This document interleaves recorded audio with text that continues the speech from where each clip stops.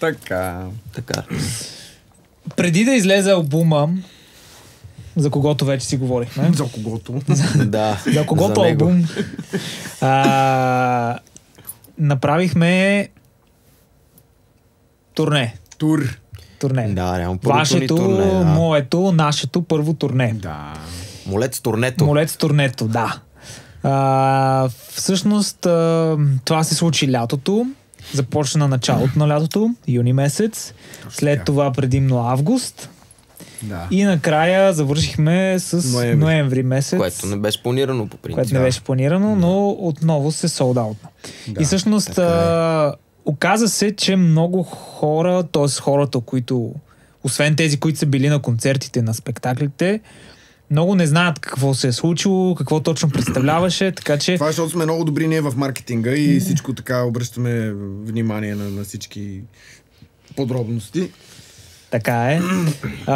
И затова да си поговорим малко за турнето, защото то мина и замина, обаче като се замисля колко много месеци работа беше и колко огромен екип и различни звена и огромна комуникация просто беше. И да, мисля си, че ще е готино малко да поговорим за самия процес, идвайки от факта, че всъщност всички, които го правим това, сме независими артисти, няма лейбъли зад нас, а пък... Няма спонсори. Няма и спонсори. А така пък солдаутнахме най-големите арени в България, Да. което не знам дали се случвало преди. Може би. Ами не, вероятно се е случвало, но не се е случвало на артисти като нас, т.е. толкова отскоро някакси в бранша, толкова отскоро в играта. Да, той и самите венюта, реално, които отидохме, и стадион Юнак, и зала ASICS, са места, които хората не са свикнали изобщо там да се случва нещо точно заради капацитета, защото е 5000 плюс човека. И ние бяхме малко като някакви пионери, дето решават, абе тука дали ще може да стане голям концерт наш. И ето, че стана, слава богу. Да, имахме много откачено лято.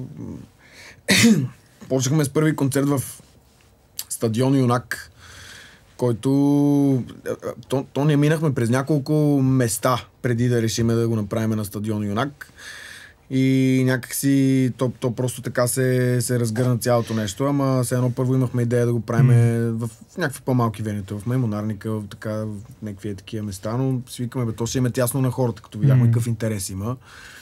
Бехме такива, да видиме кое ще е то местото. А е много смешно, между другото, защото ние предишното лято имахме първия ни по-голям концерт, реално беше отгоре над стадион Юнак, на строежа Open Air. И тогава Стевко, нашия дизайнер, това беше концерт пред 1000 800 човека събрахме тогава и това беше, в смисъл, наистина беше грандиозно. И този концерт беше такова, да и двамата силката за първи път си казахме истинско е се едно. И Стевко тогава, нашия дизайнер, ми посочи долното стадион Юнак и вика, сега тук до година тук. Аз викам, да, Да, ние бяхме такива, брат. Спок. Смешки си правиме. И то реално се случи не само това, но това беше една от датите. Такова не, че това е големия концерт на годината, ами това беше една от датите. Наскоро се засякох с една приятелка на улицата такова и не сме се виждали сигурно година.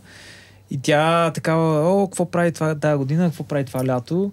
И аз такъв чак, защото минаха няколко месеца и чак... Не помня. Да, чак сега се сетих и викам, ми направихме едно турне, с Молец. Къде свирихте ми? Тук то летен театър, тук то летен. И накрая завършихме с един концерт пред 5200 човека. И така, какво?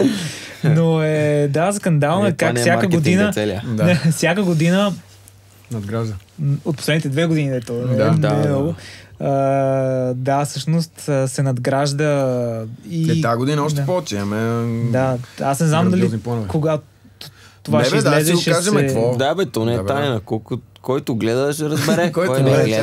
Първото нещо, което е обявено вече, е зала 1 на НДК, което е почти разпродадено вече. НДК-то, то вече няма и билети почти за него. Но най-голямото нещо, което се случи тази година, е, че ще пълниме Арена Армеец. Тоест Арена София, бившата Армеец. Края на ноември ще бъде... Което представи си го, Аз си спомням как някакви такива съученици вече там викат, някой ден на Арена Армеец, някой ден на Арената. И аз такъв, да. някакъв изобщо без и за секунда да Ма си то помисля, че е възможно. Най-голямото. Смисъл, Да. такова буквално... Най-голямото закрито е, да. Да. И то си е някакъв грандиозен майлстоун за всеки един артист, нали, който излиза тук на нашата То градска едно е шега. нещо да кажеш, че си го солдаут, но друго нещо е наистина да го солдаут. Да. Защото, нали... Но ние вярваме, че наистина ще го солдаут. Еми така се надяваме, да. Но то истината е, че това турне, което направихме миналата година, ние горе-долу, в смисъл, за София даже само говоря, ние събрахме общо 10 000 човека в София. 2 пъти по 5. Това веню събира 12. Да. Така че в крайна сметка вярвам, че можем да го... Правили сме го под някаква форма. Практически сме го направили това нещо. Така че да. Че яко.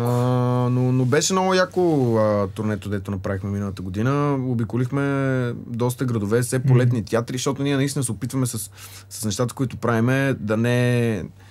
Нямаме за цел да бъде някакво парти, толкова колкото да е наистина концерт, нали, спектакълно, да е зрелищно, да е...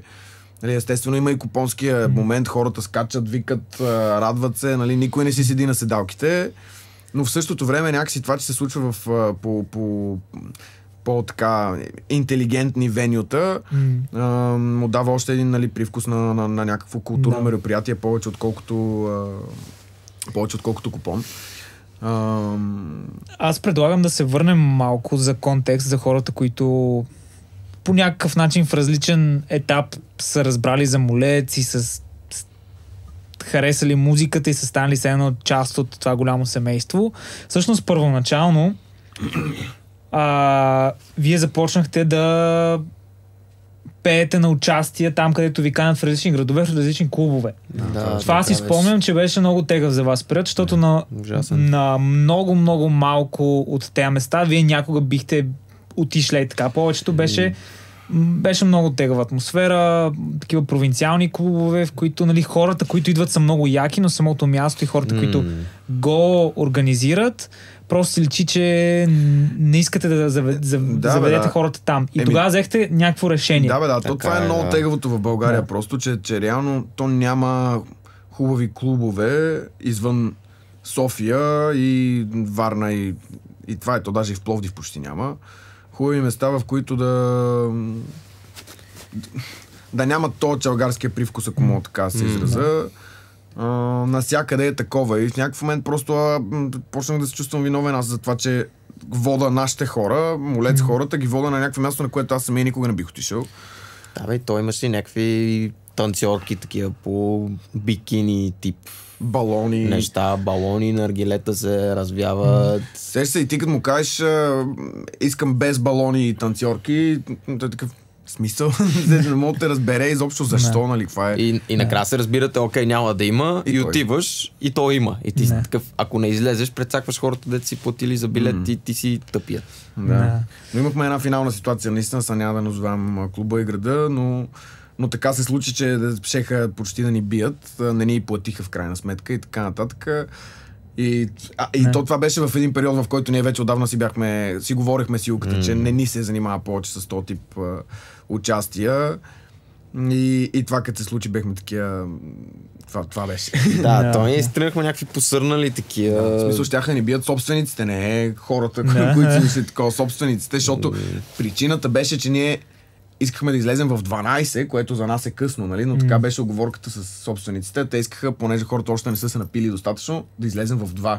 Сега ние сме такива, не братле, няма да излезем. И вашите хора, вашата аудитория. Те няма и да се напият, това е най-спешно, че те винаги бяха такива, ма чакайте, те няма да са пияни още, защо ще излизате? И ние сме такива. Нали са на концерт? Смисъл? Да, много. И всъщност взехте решение да не правите клубни участия, а по-скоро да се опитате вие да организирате абсолютно. Концерти. По-големи. И всъщност първото нещо, което направихте, беше... Е много трудно да тук в момента от ролята на интервюиращия, нали? Но първата стъпка към това, много смела, беше 8 декември в зала Христо Ботев. Да, точно така, да. А това беше някакъв грандиозен успех също, 8 декември, защото... Колко човека бяха? Не, те 3000 човека бяха, което са на нас не се струва, нали? Тиват си, много е. Но все едно то беше в първата година, в която ние изобщо се появихме. В първата година, в която ние се появяваме, края на годината, на 8 декември, пълниме зала Христо Ботев с 3000 човека, като в смисъл, ние нищо не разбираме от маркетинг, нищо не разбираме от такова. То нямаше маркетинг. То нямаше маркетинг. Да, буквално. И то ние даже там нещо се забавихме с сайта, спускането на билетите, не знам си какво и реално билетите ги пуснахме 3 седмици преди концерта. Практически. Което е абсурдно. Смисъл, и те се разпродаваха всичките. В деня на събитието реално продавахме 3000-ния билет, но онлайн. Никой, в смисъл, нямаше за намясто. За мен беше много сюблинен момент, защото това решение, което вие бяхте взели, да спрете клубни участия, в тая индустрия си е почти самоубийство. Така, мисля, такова наистина не виждам как артист би успял да оцелее. Ако... не, то истината е, че цялата игра се променя просто. В момента, в който го вземеш това решение, просто всичко започва. Има един по-различен мащаб. Ти можеш да го вземеш това решение, да обявиш тази дата и да дойдат 800 човека. И всъщност в момента, в който самата вечер на 8 декември, виждаш как всякакви хора идват и опашката се вие буквално беше десетки метри. Такова трябваше 2 часа по-късно да се влезе, защото наплива беше огромен. Тогава още не се бяхме научили организация как се прави и така нататък. Даже не очаквахме, нали, че така ще ни но това беше все едно момента, в който за всички от молет семейството беше все едно потупване по рамото. Такова беше доверието на хората, зелената светлина, окей, давай да мечтаем, давай да действаме. И всъщност на гърба на това събитие се роди идеята за турне. Да, абсолютно, точно така стана.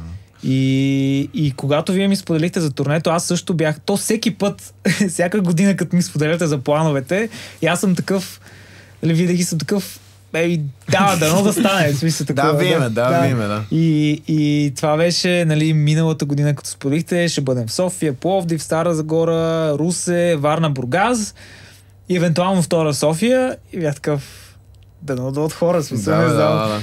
И те дойдоха, но отново си беше риск и много хора някакси ще ми се просто да осъзнаят не от позицията на това, че ние сме много яки гледатели, но от в смисъл факта, че млади хора, независими артисти могат да пълнят най-големите зали и то всъщност огромният екип, който имаме, всички горе-долу сме на тази възраст, сигурно сме на този къл. Да, не е то най-готиното, наистина най-ценното е екипа, с който се работи. И ние бяхме в крайна сметка, като ги броихме, ние бяхме нещо типа на 60-70 човека. Даже на няколко като бяхме 100 си спомням. На Пловдив. Античния. Някакви огромни екипи и хора, нали, на които мога да разчиташ, всички са... Това е и странното, нали, което ни се случи, като направихме това нещо с Молеца. И изведнъж то се оказа, че ние автоматично сме обградени от хора, които са много добри в нещата, които правят. И все едно този екипа е готов. Мисъл, его е Криската Захарев, той е режисьор, его е Пламен, той снима, его е Радката, той менажира. Мисъл, Стефан рисува. Цялото нещо беше някакво мега естествено и по същия начин са и за турнето, нали. Истината е, че Радо и Пепката, нашите двама менеджери, го износиха това турне на гърба си много сериозно, защото имаше страшно много неща, които дори не стигнаха до нас, страшно много неща, които, нали, чисто организационно, които те... Много изработиха и много опит придобиха наистина за неща, които хората с години учат, ходят на университети, такова ивент менеджмент учат, не знам си какво, ние момчета тук за една година ги съсипаха, разбираш, те просто... Това е, че ние за пореден път направихме принципа каруцата пред коня, нали, и се фърляме в дълбокото и такова не щеш почваш, за да не се отдавиш и то накрая си кажеш, гати якото. Защото те в организацията на едно такова събитие са страшно много неща. Те не са само да излезеш да си направиш песните и да слезеш. Мисълто там те се строят сцени, то звук се носи па екрани, па линейки, па охрани. Нека си поговорим малко, да влезем в точно в детайла на, нали, зад колисието на въобще създаването на един такъв спектакъл, защото ние тръгнахме с ясната посока, че не искаме това да бъде просто концерт, където вие излизате и пеете, примерно както сега ще бъде на зала 1 на НДК. Ами, съответно, ако букваме най-големите театри и места в различни градове, имаме 2 часа от вниманието на хората, каква история ще им разкажем? Къде ще ги заведем? Да. И всъщност, първо ми е интересно, в момента, в който вие букнахте датите, какво беше чувството? Не, то беше много странно, защото ние реално като буквахме датите, ние нямахме представа какво ще правим. Тоест, ние имахме представа, че искаме нещо да направим. Не случайно беше някаква визия с касетка, албум, молец и това и ние... А то албум не съществуваше. Да, си спомням, че това Ние обявихме, че ще правим промо на албума, без албума изобщо да съществува. И някои хора до ден днешен не го знаят това нещо, но това е факт. Да, не, много сме откачени в това отношение. Това наистина просто изобщо не се прави така. Да, Нека си върза. Не е дошъл деня, да не ни върже просто абсолютно, и дай Боже да не идва скоро. Но да, обявихме си датите, без наистина, в смисъл, имахме някакви начала на песните, такова първи дема на песните, горе-долу знаехме какво ще има, но някои песни дори още не бяха написани според мен. Когато обявявахме албума и датите за промо на албума, той не беше написан. Изобщо. И съответно седнахме и почнахме трескаво да пишеме албум, да пишеме сценарии, неща. Но тази година наистина взехме едно много смело решение, което в крайна сметка вярвам, че се отрази добре на целия спектакъл и всъщност се отрази на това, че ние можахме да го наречем спектакъл заради това нещо. Но поканихме един невероятен актьор и вече наш добър приятел, Ованес Торосян. Овата, покрай който наистина, нали, той беше, в крайна сметка се обособи като лирическия герой, нали, на цялото това нещо, което ние изигравахме и което се разиграваше около него. И той излизаше, нали, през известно време между песните и имаше монолози с текст, който Криската Захариев написа. И по този начин някакси не се щеше наистина да покажем на хората, нали, и други типове изкуство, които ние харесваме, други неща, нали, на които ние сме фенове. Не е само, нали, музиката е чудесен медиум, но има, нали, други видове изкуство, които за нас са ценни и които на нашите сетива влияят. И искахме наистина да ги вкараме и хората по този начин в цялото това преживяване. И вярвам, че имаше добър отзвук. Да, беше много интересно, защото толкова много хора след това, гледайки спектакъл, бях такива, ние не знаем как да го опишем това. Защото вътре има толкова много изкуства. Имаш танци, имаш театър, имаш музика, имаш осветление, имаш мултимедия. И то наистина, нали, ние се опитваме по всякакви начини да създадем света, който разказваме на сцената. Имаме като артисти различните инструменти да го правим, но самото му създаване и поставяне на сцена беше огромен риск, защото не знаехме дали ще се получи в крайна сметка и също фидбека беше, че това е много смело, особено хората, които се занимават с нещо такова в индустрията, защото имаш 3000 човека, 5000 човека, които те гледат и освен музиката и светлините е нещо, което им хваща вниманието, имаш едни 5-6 минутни монолози, в които седиш и слушаш. Страшно смело. Аз направо вярвам как сме били толкова смели, че наистина да поставим нещо, да събереме два такива далечни свята на театъра и на музиката и да ги сложим пред 5000 множество и да сме такива, ето ви, гледайте. Истината беше, че всъщност, може би хората не знаят, но ние активно работехме по него, докато го поставяме на сцената. Мисля, такова между първия спектакъл и последния има огромна разлика и то просто от фидбека и начин, по който го усещаме, го съкращавахме, размествахме, променяхме и, нали, смеем се на хора като Kanye West, които си променят, нали, по 100 пъти изкуството, след като е публикувано. Обаче буквално е това. Той между първия на стадион Юнак, то не бяха миксирани още нещата от албума и те звучаха първото супер тихо, второто супер силно, те нямат нищо общо. И чак на A6 имахме миксиран вариант. Симо, нашия озвучител, дето беше на Юнака, вика, че се е побъркал такова да ги миксира на живо, защото ние му ги пращаме подложката, я пращаме на отделни канали, нали? Пък свират и музиканти и такова, но тя подложката изобщо не е миксирана, такова не е минала през главните плагини, такова за мастер. И он е такъв на живо, просто миксира барабани с бас, с такова. Беше много откачено, реално. Беше много стресово лято. Аз ако те замисля... Аз нямах лято въртле, защото нямаше един момент, в който да си кажа, сега ще си почина. Нямаше такъв. На всичкото отгоре с нашите менеджери си бяхме казали, ето септември месец, че е вашата почивка, сетваме ви, нищо няма да има. И то цял септември бачкаме по албума. Ама целият смисъл, такова един почивен ден не е имало. Да, защото не трябваше го релиснеме септември, нещо го удължихме датата. В крайна сметка го релиснахме. Октомври ли го релиснахме? Кога го пуснахме? Ако не е ноември, ноември. Ако не е ноември. Ноември покрай ASICS арената. ASICS беше първият път, в който мога да чуваш албума. Какво според вас е основното послание или основната история на спектакъла? Как го усетихте вие? Какво разказахте на зрителите? Какво беше вашето вдъхновение? Защото то между другото се роди точно на този диван. Да, така. Тук. Да. То мина през много неща. Но главната концепция, нали, те така бяха подредени и екраните в крайна сметка, като някаква планина, като някакво стъпаловидно такова нещо, за, нали, което трябва да изкачиш.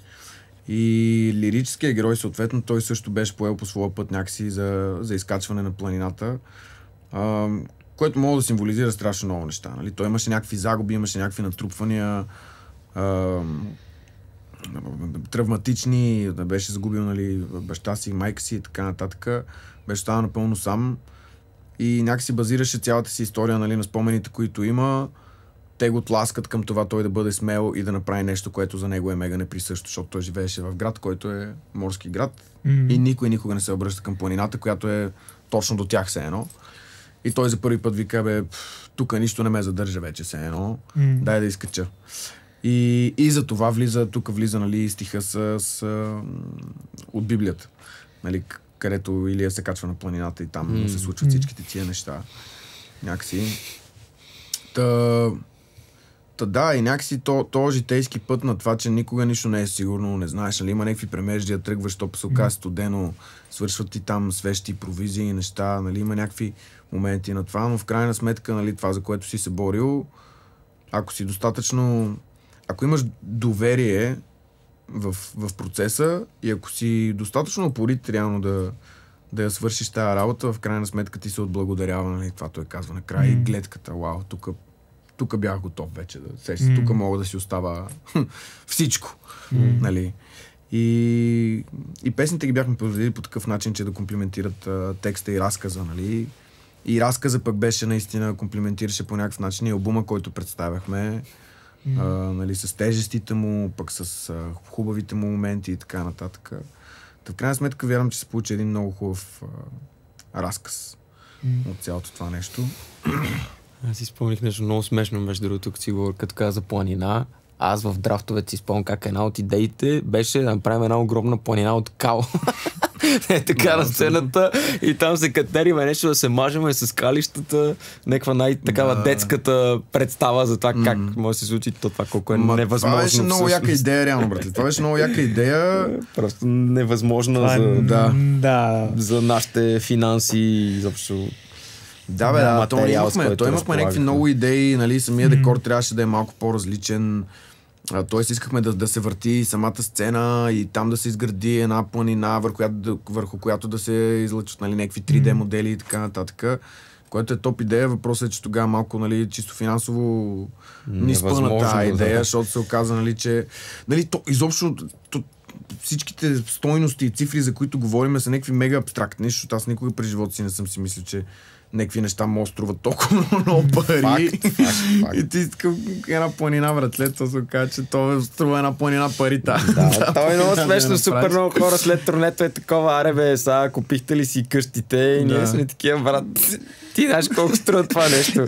Имаше градове, в които буквално бяхме назад, бяхте при sold out концерт имаше градове, в които бяхме назад с 1000 левове, което е абсурдно. В смисъл, как е възможно това? Това е отново, защото никой от нас до сега не беше правил нещо такова и пак каруцата пред коня, давай, ще го правим. Но истината е, че решихме да не пестим от експириенс, сеш се. Ние го направихме във всеки град да е едно и също, за да може всеки един човек, който дойде, дори в малкия град, където са малко и по-евтини билетите и така нататък, т.е. сме се опитали да го направим достъпно спрямо зоните, в които, нали, го правим това нещо, да мога да преживее абсолютно същото нещо, да не му спестиме от кефа, заради това, че е от някъде си сеща. Да. И то това някак си, чисто като бизнес модел е много тъп. Направо е самоубийство, да. Да, абсолютно. Хубавото е, че големите градове някак си ти покриват тия такова и в крайна сметка Връзва. се връзва. Добре. Да. Какви бяха екипите, с които работехме? Мисля, за да може хората да си представят горе-долу мащаба на много неща се случваха на сцената. Департаментите. Да, ако искаш, разкажи ти. Актьора имахме Овата като представител на актьорския сектор, заедно с тебе като режисьор и сценарист. Отделно колко броя музиканти имахме? Барабани, китара, саксофон, бек-вокали. Пиано. 6 човека, които са музиканти, които освен подложката, нали, те добавят живите инструменти към подложката, жестоките сола на Гален саксофон и Жеко китара, които без тях наистина се едно си отрязал главата на концерта. Това бяха най-яките. Мале, тия като почнат двамата да си дават сеща, те се надсвирват понякога такова. Свири единия 4 бара, другия 4 бара и такова си оправят интересно. И солата на Прощално за мен винаги бяха черешката на тортата, където аз също ставам публика в този момент и гледам и съм такъв, това е велико, моля те никога да не свършва. Разкажи още какви са другите департаменти. Кажи за танцорите. Да, голям сегмент от цялото нещо са танците, които се случваха на тази сцена.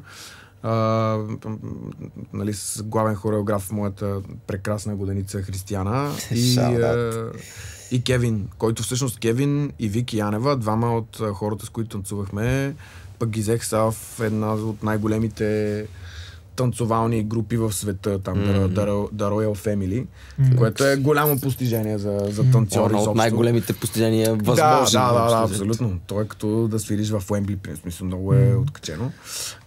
Отделно имахме екип мултимедия. Само да довърша, че в смисъл ние дори до толкова са добри тия танцори, с които бяхме, че дори им бяхме оставили някакви сегменти от шоуто да са само те. Тоест имаше солови танци, нали? Те там правиха някакви пирамиди. Добри. Те хората крещяха. Много откачено и наистина е много зрелищно това, което правят те, защото те се премятат, наистина скачат там, танцуват и са много on point. Да, също мултимедия имахме много хубава, много добре направена, много монументална такава. На световно ниво, реално. MP Studios го правиха това нещо. Имахме камера, хора, които бяха жестоки, благодаря ти Пламби, че винаги беше нашия гръб. И реално супер яки лайф ефекти ставаха върху камерата, някакви води, огньове, неща. Да. Също всички, които строяха сцената, всеки един град. Отделно това с Stage Masters бачкаме, нали, главно ние, защото сме много доволни от това, което дават, но да, в смисъл, строи се сцена всеки път, звук се носи, екрани се разпъват, осветление се прави и така нататък. Това цялото нещо, нали, от екипа на Stage Masters, които само те са около 30-40 човека всеки път. Много хилч. Много голямо нещо, наистина. Бях си, огромни катуни, които просто се местихме от град на град. Всеки кой както намери. Беше много вълнуващо. Цели хотели трябваше да букваме за нас, защото ни бяхме 60-70 човек. Много бяхме. И просто това е за мен, смисъл, дори сега като го разказвам ми се струва толкова невероятно. Просто откъде тръгна цялото нещо и докъде стигна, така че да бъде нужен 70 човека екип, за да се направи. Ще изтървеме най-яката история така в сладки приказки за Варна. Да, всъщност, мисля, че горе-долу успяхме да штриховаме зад колисно колко много хора работеха за това. Каква беше историята? Предизвикателства не липсваха. Така мога да кажем. Повече бяха на момент. Мисля, че всеки град нещо различно се объркваше. Като в смисъл наистина много тегави, много стресови. Аз по-стресови ситуации не мисля, че съм имал. Беше като едно от нещата беше в Варна, другото за мен е много стресово, беше в София, арената накрая. Но разкажете за Варна. Да. То да не говорим, че още почеки от Юнак имахме първия припаднал човек на наш концерт. Където стадион Юнак по принцип има една много трагична история от миналото, която няма сега да разказваме, но изведнъж публиката е така, спрете, стоп, тук нещо става, смисъл и ти си такъв, окей, стоп, хора, какво става, някакъв човек беше много яко, че Юлката реагира на това много адекватно, защото аз не го видях, аз видях, че някакви хора се мърдат, ама си мислят, че те купонясват просто, братле. Сега си мисля, че те такива дигат ръце, братле, и купонясват. А Юлката го отрази това нещо и по средата на песента беше такъв, нали, това на юнак още. Нали, спрете, какво става там, такова и медицински екип за секунди, смисъл, хората направиха коридор, медицински екип се появи, проблема беше разрешен за секунди, което беше много яко и направи много готино впечатление на всички, според мен. Да, надяваме се. Че се реагира толкова адекватно. Но Варната. Да. Въпросната Варна. Да, отиваме във Варна, чудесна репетиция. То се оказа, че Варна е sold out отдавна. Варна много ни обичат и ние също много си обичаме Варна. И самото веню, самия театър е страхотен. Целият такъв един озеленен, не знам си какво бе, чудесна работа. Наистина, просто във Варна страшно приятна атмосфера, всичко готино. И правиме дълги репетиции, те там се... Тук има момента, в който, когато споделихме совата за всички дати, той каза всичко супер, освен нали, Варна, където аз ще бъда на меден месец в Португалия и трябва да се върна в същия ден, в който е концерта. Да. И всъщност целият ден, който мина в много... защото това беше първата дата след София и сме на гости, все едно искаме да си покажем спектакъла, вълнение, репетиции, обаче едновременно с това стрес дали всъщност овата ще дойде. Изобщо ще кацне. Овата съответно не репетира, защото той в момента в Португалия лети в същия ден от Португалия до Варна. И ние се надяваме, че не е нещо, в смисъл, че ще всичко евентуално ще дойде. Пише за единия полет, че е закъснял. Такова беше закъснял малко. Имаше един момент, вие не го знаете това, защото така не стигна до вас нарочно, но имаше един момент, в който аз, защото съм постоянна комуникация с него и той ми вика... Алото вика, не знам английски, нали това ли? Не, той, че не знае английски, не знае. Обаче... се прави на летището, ми е сладура. Обаче ми беше казал, че смисъл вика, тук еди колко си часа, полета ми не го виждам на екрана, мисля, че съм го изпуснал. Се препотил лошо много. И аз седа и съм такъв... Викам, отиди, провери пак. Той вика, ходих, няма го. И тогава чак осъзнавам, че всъщност той е с един час назад и нещо от смяната на часовете, то полет, който се едно при него... Още не е излязъл. Да, и обаче беше такъв момент, в който такова срадо, буквално с Радка да се чудехме какво правим. Не, то това е, че ние си говорихме, че ще ги запишеме тия текстове, ама не ги записахме в крайна сметка. Нямахме какво да направим. И нямахме какво да направим. Обаче, то какво се оказа, друга схема. Той леко закъсня. Но дойде, пие една кола, каза една кола да ме чака един шоколад и буквално дойде 20 минути преди началото на концерта. И беше готов. Преоблече се. И беше готов. Да. А ние даже го бавиме началото малко такова, за 10 на минути. И какво става? Репетицията, всичко точно, саундчека идеален, танцорите всичко си знаят, ние всичко си знаем, песните, няма драма. И се качваме. Качваме се вече, започва концерта. Концерта започва с едно интро там. Нали, свират такова. И излиза овата да говори монолог. Целият концерт започва с овата. Излиза овата, микрофона му работи, всичко точно казва си овата монолога, хората пляскат.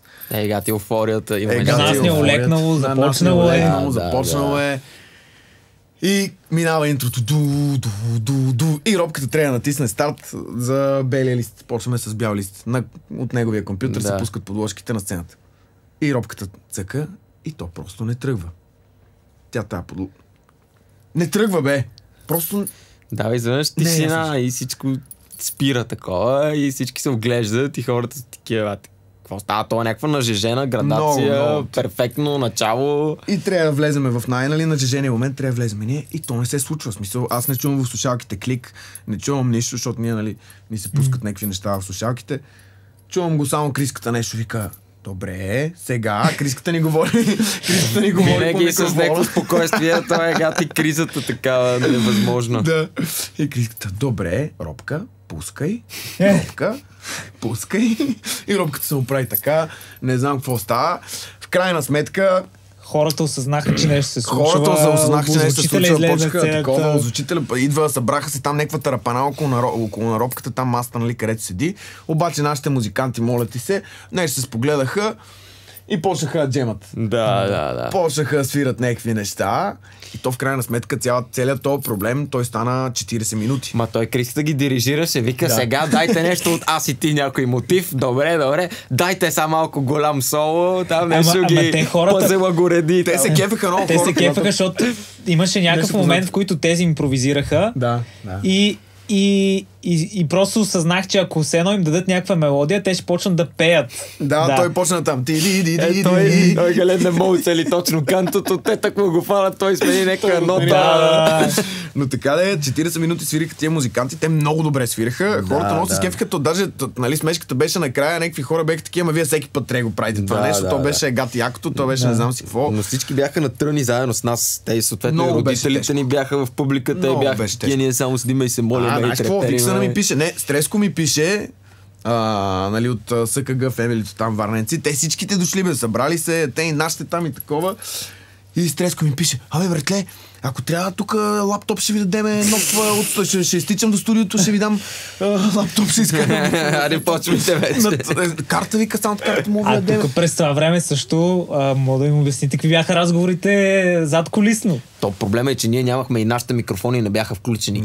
И ние не можем излезем пред хората нещо Нашите да ги микрофони минават през забавляваме, ропката, да пеем на капела, не става.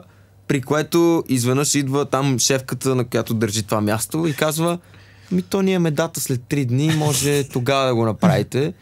При което Радката е такъв: пичове, готови ли сте да излезете отпред да кажете на хората, че отменяме събитието и че могат да си тръгват, защото минаха вече 40 минути. И ние с Криската тогава бяхме такива тотален шок. В смисъл, аз толкова зле не съм се чувствал през целия си живот. Това е пълния провал. Аз преживях някакви много странни Да, състояния. и аз тук бях, просто гледах в главата ми заглавията Молец. Се провалиха. И викам, ето, като дойде момента, дето... Братле, аз седях отстрани, защото съм се свил до колоната, нали, оттам излизам. И седа отстрани, братле, просто, нали, шепна молитви, то вече, братле, не молитви, псовни, бате, то вече е направо, не знам, такова. Просто, братле, вътре в мене се случват някакви катарзиси, братле. Аз тогава преживях някакви страшни състояния, братле, които допреди това не бех преживявал и след това, бате, не съм преживявал такова нещо. Просто топли вълни, братле, като... Проблема е, че просто ако имаш такъв един грандиозен провал, той ти прецаква всеки следващ концерт, доверието в хората, това те си купат билет по-рано, това да дойдат на време. Тоест ти си един аматьор, се оказва, който си е сложил по-голям панталон, отколкото мога напълни, нали, в крайна сметка. Да, и тук сега всички страхове почнаха да стават много реални. Да. Че ние не сме готови, че не знаем с какво къде си къде сме си повярвали. Викаме, тук сега се смирих. Беше то реално се смирих, защото... Така е. Да. Беше много тегава вечер. То странното е, че така и не се разбра какъв е бил проблема. Реално. Да. Никой не разбра. Нещо в техниката, нещо е фризнало. Картата ли е била проблема, компютъра ли е фризнал. Никой нищо не разбра, братле. Рестартирахме там 10 пъти на 11-тия тръгна. Смисъл такова беше. Отделно не, всъщност това беше друг град, в когато пък мултимедията започна да... Но между другото, за Варна това, че се случи това напрежение, ни даде егати силата и на нас сценична енергия, така направо ние излязохме на 120 гия. Те ще го разцепиме сега. И беше много хубав концерт накрая. Смисъл, наистина хората много си. Имахме един от най-яките фидбаци от един американец, приятел на родителите на Крис, който каза, че е бил там на Rolling Stones, на Beatles, той е малко по-възрастен, на някакви всякакви емблематични концерти и каза: днеска тук имаше повече емоция и рок-н-рол, отколкото онези велики концерти, което беше мега скандално да го чуем от неговата беше специална вечер и в крайна сметка всъщност озвучителите малко по малко започнаха да свързват отново различните инструменти и микрофони към робката и в крайна сметка направихме и второ начало, тръгна си и някакси хората просто съпреживяха болката с нас, което за мен беше много Беше много красиво. А и те бяха разбиращи такива. Нищо бе. Случва да, защото те имаха абсолютно всички причини, ако искат да освиркват, ако искат да си тръгнат. Един човек не си беше тръгнал в интернет. Те отидоха навънка, примерно да си вземат бира, да пушат или каквото и да е. И всъщност в момента, в който чуха, че започват начало, беше като някаква глутница, така, дето влиза отново. 40 минути, брат.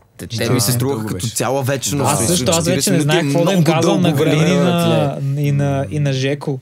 Бях такъв, окей, дайте сега еди коя си песен, викам, дайте сега ама те там пък не са чували, защото тя е нова, тя от албума. И така, обаче някакси остана, но беше много стресово, След това, примерно в Бургас, от това позицията на летния театър, от конструкцията, от това, че мултимедията и хората от MP Studio, които бяха свързани с мултимедията, ние бяхме върху една дървена платформа, която се клатеше жестоко от баса и кабелите прекъсваха. Симо на Даниел баса. И то е наполовина закрито, яко ехо, реверберация. И всъщност, вие най-вероятно не видяхте, но мултимедият просто примерно на 7 дни излезе Windows wallpaper.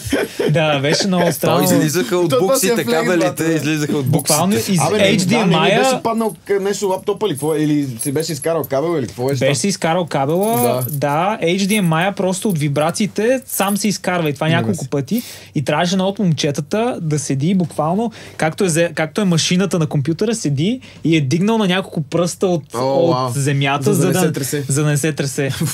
И слагаха отдолу тениски, донапрени, Радката тичаше да търси някакви от колите, някакви донапрени.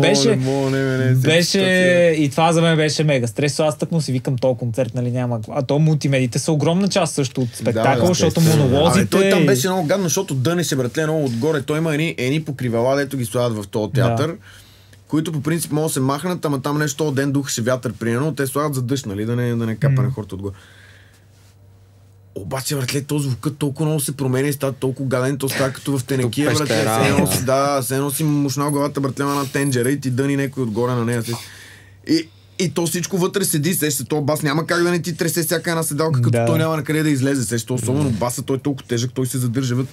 Да, но да продължим напред. Мисля, че Стара Загора беше следващ, които там нямаше грешка. Там, често казвам, ми беше, може би, там ми беше, може би, един от любимите концерти. Стара Загора театъра има много як. Много як са го направили, братле, с тия борчета, защото те между седалките им реално, той е като в гората. Да, много е яко. Както е в Пловдив, все едно такъв мега амфитеатрален и ти като погледнеш до края виждаш хора. И яко беше, че все едно бяхме набрали от инерцията, вече до болка познаващи спектакъла, няма никакви проблеми технически и сме такива бам, спринти. Наистина хората някакси много... Те бяха 2 дена подред, Стара Загора и Бургас. Да. Стара Загора беше първа, после беше Бургас. Точно така. Да, и след това Пловдив отново имаха проблеми. Пловдив, Античния театър, sold out. До последно не се знаеш. Имахме два проблема имахме. Единия беше с екраните, че 2 от екраните не се свързваха, имаше проблема с тока, все едно не можеха екраните да си разпределят ток навсякъде и трябваше да решим дали да жертваме последните 2 екрана или все едно всички екрани да са с по-малко brightness. Да, и до последно дни сме в Пловдив, няма откъде да инвестят нови екрани. И мисля, че последните 2 ги... Не. Оправихме ги. В последния момент... Те влизаха хората, ние оправихме проблеми. Аз нямах време дори да се привлека преди това. Самото шоу в Пловдив също беше много добро. Но там имаше мега много енергия, но там отново имаше проблема с лаптопа на робката, който обаче за 2 минути го решихме. Аз тогава изтръпнах мега сериозно. Беше по средата на... Беше по средата. Трябваше им разказваме. Беше много смешно, защото още преди нищо да съм казал на Галини, на Жеко. Те вече захождат с мелодията такова. Тичат. Да, и те само са чакали. Защото хората много им се изкефиха на предния път. И те вече такива... Ги похвалихме супер много. Така че те нямаха търпение, нещо да се прекара топ да се прецака и Да. И викам, няма нужда. Да, ние го правихме за една секунда. То беше на вечери точно. Да, и тогава просто се смени лаптоп, отново хората ръкопляскаха и така нататък. И след това завършихме всъщност с Софията. Чакай, Пловдив ли беше последния от лятото? Не, имаше и Русе. Но в Русе май също. Не, в Русе проблема беше. Русе беше мега тежка някаква, братле. Мега тежък саундчек. Гръмна стейджбокса, братле. На саундчека гръмна стейджбокса. То няма стейджбокс. Стейджбокса е, братле, там където влизат всички кабели, за да стигнат все едно след това до пулта на Симо, където е. Сеш се. Тоест всичките кабели от цялата сцена, цялото оборудване, тук слушалки, микрофони, работи влизат в една кутия, която след това го изпраща вече към Симо. И то стейджбокс гръмна нещо. Той Симо там, братле, той много обича да изкара някакви ножи. Симо за учителя. Някакви бате клещи, ножове, такова, голва кабелите, запоява, връзва, такова, стана стейджбокса. Някакъв мега тежък саундчек беше. Да, беше жега, братле. Беше комари. Адска жега, комари и най-смешното беше, че по такъв начин отново е построен театъра, че озвучителя и всъщност всички, които са техническите лица отзад, бяха под нивото на хората. Да. И буквално трябваше да си изправяме така, и такова, сеща, осветителя, който трябва да знае къде да пусне прожектора, трябваше през една минута да се изправя, да гледа, тук има артист, пускаме. Сеща, нямаш връзка директно не мога да видиш публиката, не може и да я чуеш. Да. Беше много абсурдно, наистина. Да. Но беше хубаво завърших реално. Аз много се изкефих, че точно в Русе напълнихме колко 1500 човека се събраха в Русе. И то средата на лято. Което, братле... И то беше много яко, защото имаше хора от всякъде, които не бяха успяли да дойдат на другите градове. И отиват в Русе. И дойдоха в Русе. Така е. Беше много добър концерт реално в Русе. Да. Така хубаво завършващ. Ние след това си имахме чудесна вечер. Излезнахме, събрахме се целият екип навънка на Кейовете, на Дунава. Беше много яко. Беше просто такова наистина удовлетворяващ финал. Ние си мислихме, че е последното тогава. И то всъщност заради... Какво беше? Заради огромния интерес. Хората питаха. И ние си казахме, що да направим още една София. Ние си бяхме говорили евентуално да видим как ще мине, може да направим още една дата.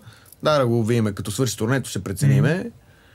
И свърши турнето и преценихме веднага, че И то освен това и за първ път хората не могат да си купят албума на място, защото те постоянно викат, брат, аз как си го купят албум, вие не сте донесли. Очакваха, че ще... Ние ги прекарахме. Че не съществува още. До последния концерт нямаше албум. Сменяхме бате текстове, работи. Да. Откачена работа. И всъщност, дойде ASICS арената. Там как го усетихте? Един от най-драматичните ни също концерти в интерес на истината. Много е странно да си срещу 5000 човека и всички те да крещат. И ти почваш да преживяваш един third person point of view, дето гледаш отстрани се едно на цялото нещо. Ние това със силката си говорихме как човека не е създаден. Човека като личност не е създаден за толкова много внимание. И такава енергия. То те изкарва извън тебе някакси. Ти спираш да си себе си някакси. Ти ставаш някакво парче плът, което е движено от някаква огромна енергия, която не мога побере в себе си. Смисъл. Много хора. Това ти е като бяло петно в паметта, после смисъл ти не можеш да си спомниш какво си правил и какво се е случвало. То те движи, то те движи, дърпа и такова. И хората са, той е като братле, това мъртвото течение в морето, смисъл ти си безсилен срещу него. То просто те дърпа, братле, и ти такъв се бориш с зъби и ногти да останеш там. Особено първата, особено в началото, братле, е много шоково. Особено на части вече ти стрестяваш на части като цялото време накрая с барабаните с такова и ти почваш и ти тотално ставаш някакво животно рок-н-рол потопено в филма. Много е странно просто толкова на очи. Но имаше драми, нещо почнаха да припадат. И изведнъж хората почнаха да припадат. Да, всъщност това беше единствения изцяло закрит концерт. Но то е странно, че то реално беше проветриво. Не знам, то пак ние бяхме добре подготвени и Радката и Пепката си бяха свършили добре работата. Ние имахме там две линейки. Имаше два медицински екипа по един на всеки изход. И там беше втората ми най-стресова нощ. Не знам дали си спомняте, но по едно време, так му започва концерта, всичко супер, всичко точно. На Ованес по време. И по време на първия монолог на Ованес, Симо озвучителя нещо тръгна да оправя, нещо да пресвързва отново кабели и се спъна в моя кабел и всъщност кабел, защото аз съм с микрофон, който директно е свързан с всичките Инженери. музиканти и изпълнители на сцената и те ме слушат аз какво им казвам, кой кога да влиза, излиза и давам команди и той прекъсна. Просто жичката се извади. И той просто нови кабели и не може. Аз не мога да ви... Ние буквално нямаме абсолютно никаква връзка. А то аз трябваше да дам команди, кога давай сега започвай. И мене пък ме слушат и хората от мултимедията. И те чакат и те моите команди и все едно нищо не може да продължи. И на всичкото отгоре, в този момент на някой му стана лошо. И припадна първия човек. И аз не мога да ви кажа. В смисъл, аз го виждам, обаче не мога да ви кажа спрете шоуто, защото вие не ме чувате. Кабел е прекъснат. И добре, че някой от вас видя, не си спомня кой беше. Той беше овата на сцената. Овата беше. Да, леле, това беше толкова стресово. Овата на сцената и той е тъпо, братле, защото ти като си актьор, ти се нафилмираш, ти влизаш в роля, такова. Да. И някакви неща, които са от реалността, за към които ти не можеш да останеш безразличен, дори като си на сцената в образ. Мега много те спъват. Да, и той си прекъсна монолога, викнахме линейка, всичко беше точно и след това началото беше много куцо. Не бе, истината, ние колко имахме 4 случая. Даже 5. Ние за 4 разбрахме, те бяха 5 случая. Да. Но истината е, че всеки път се реагираше мега бързо, нали, линейките, т.е. медицинските екипи реагираха мега бързо, те хората изсикнаха в момента. Так. Цялостно създаваше в хората леко страх такъв. След това ние всъщност, като си говорихме с лекарите, се оказа, че буквално 4 от 5 случаи е просто обезводняване. Мисъл, хора са там, забрали се да пият. Млади момичета, които не бяха яли. Не бяха пили нищо. Алкохол, и имаше някои, които бяха пили. Така да го наречем. Но истината е, че просто, нали, той има някаква така тенденция в тинейджерите, нали, не ядат много добре, не такова. Не, смисъл по никакъв начин не беше сериозен здравословен проблем. Те даже и се връщаха много хората, припадне, излезе за 30 минути и се върне чисто нов такова, но хората се притесниха. Но пък до някъде беше много лош тайминг, но беше и много добър тайминг, докато дойде линейката, Симо да отново да върже микрофона. И оттам нататък вече всъщност мисля, че нямахме проблеми. Не, аз си те чувах през цялото време, аз не знаех, че даже се разкачил. То само в началото беше. Не, това в началото. Да, това беше преди въобще да излезете. Обаче пък това беше теглото, защото аз обикновено казвам на робката, кога е края на монолога, кога да излезе, кога да влезе Алекс, кога да влезе еди кой си, айде начало. И съответно аз не мога да дам команди за начало. И бях такъв... Просто не знам. И той сам си излезе без да ме чува. И добре, че просто... Защото иначе ще да бъде едни 10 минути тишина. Реално в крайна сметка имахме много хубав концерт. Беше един много достоен завършък на цялото това нещо. Въпреки всичките тръни, хората мега много си скефиха, ние супер много си скефихме и беше прекрасен финал на цялото нещо. Да, мега добър фидбек също получихме после от хората. Те тогава си взеха и албумите за първи път. Те тогава го чуха за първ път миксирано вече. Разбраха за какво и да реч. И реално много хубав концерт имахме, наистина. Просто много хубав концерт. Всички бяха на ниво, най-голямата публика, макар и това, нали, да те разклаща по някакъв начин, защото това не се отнася само за мен и за Юлката. Това се отнася, в смисъл, за нас може би в най-много, но се отнася за всички. Те всички хора застават пред тази публика, които са на сцената. И всички много бяха силни. Смисъл, издържахме го, износихме го и беше много хубав концерт в крайна сметка. Беше просто в момента, в който завърши и беше такова хубавата точка, беше... И бисовете, ако си спомняте, хората като казаха още и на нас това ни е последното още и ние вече се размазахме целият екип на сцената, вече въобще забравихме какво се случва, къде сме и просто беше някаква пюра еуфория. Ние направихме най-много бисове там и вече слезахме от сцената и цялата публика почна да пее някаква песен. Бисер ли пееше? Какво пееше? Нещо пееха? Не, цялото време. Цялото време или нещо? Цялата публика пее такова, братле. Ние вече сме отзад зад сцената. Много ненаситна публика беше това. И беше, спомням си, че овата, който ние толкова се сприятелихме това лято. Много те са такива душици, братле, цялото им семейство. И той беше такъв... Менше ми е тегаво, ако... В смисъл, това дойде много рязко в живота ми, искам и рязко да приключи, защото той беше такъв, аз не знам дали пак ще излезе на една сцена с вас. И просто си взе нещата и си тръгна, такова не каза чао на никого. Просто беше такова, това си го запазвам за себе си Никой не мога ми го вземе. Да, затварям тази страница и даже не знам кога си тръгна. Да, беше драматично. Ема той си е такъв... Беше специален момент. Безстрастен, да бе. Много хубаво. Реално много хубаво лято. Беше, да, и беше истински... В смисъл, заслужаваше се дори всичките проблеми, които бяха на фона неразрешими. На всичко останало. Абсолютно. Да, просто ние беше... тук споделяме някакви пикантери, които на фона на грандиозни успех. Колко хиляди? 24 хиляди? 22... Абе, нещо. 20 плюс хиляди хора дойдоха да видят това нещо. За цялото лято. И отделили от времето, от финансите, дали са и са размазали, което е най-удовлетворящото нещо, реално. Яко. Да, беше много яко. И да, нямам търпение сега да видим тази година. Айде, де. Тая година нов спектакъл, нови песни, ново звучене. Тая година имаме много големи планове. Ще е по-малко турнето в смисъл на количество градове, но ще е по-голямо в смисъл на това колко хора ще побереме. Най-малкото правим Арена Армец в крайна сметка, края на ноември.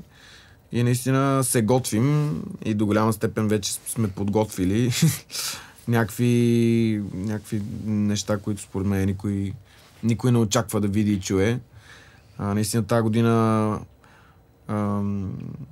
изследваме някакви нови видове звучене, нови позиции, нови стилове и така нататък. И нов визуален език малко или много става просто за това, което ще се случва и на сцената и извън нея.